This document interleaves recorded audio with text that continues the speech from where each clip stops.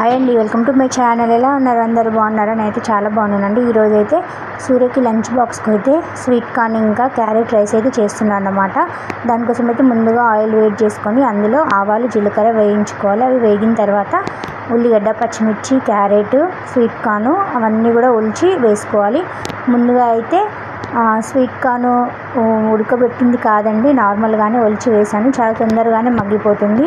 మనం సాల్ట్ వేసి ఒక 5 నిమిషాలు మీడియం ఫ్లేమ్ పెట్టుకొని చూసినట్లయితే కొద్దిసేపట్లోనే అన్ని ముక్కలు, క్యారెట్, ఉల్లిగడ్డ, పచ్చిమిర్చి అన్నీ కూడా మంచిగా మగ్గిపోతాయి అన్నమాట. తర్వాత కొంచెం కరివేపాకు ఇంకా పసుపు వేసుకొని మంచిగా కలుపుకోవాలి.